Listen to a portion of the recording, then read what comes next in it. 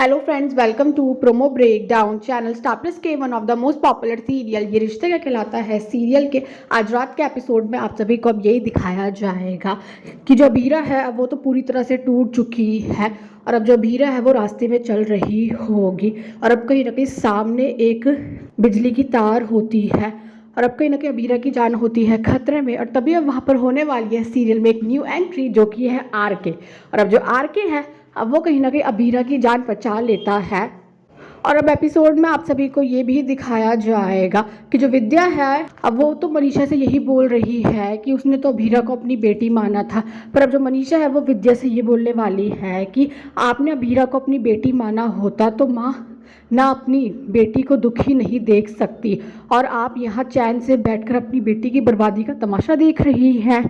एक अबीरा ही थी जो आपको जेल से वापस लेकर आई, उसके बदले में आपने क्या किया? आपने अरमान को भड़काया, अबीरा के खिलाफ झूठे इल्ज़ाम लगाए और उसका लाइसेंस कैंसिल करवा दिया। आप कुछ भी बोलिए पर प्लीज़ ये झूठ मत बोलिए कि आपने अबीरा को अपनी बेटी माना है। मनीषा विद्या से ये भी बोलती हुई नजर आती है कि आपका बेटा एक बार सांस लिए बिना रह सकता है लेकिन अबीरा के बगैर नहीं रह पाएगा।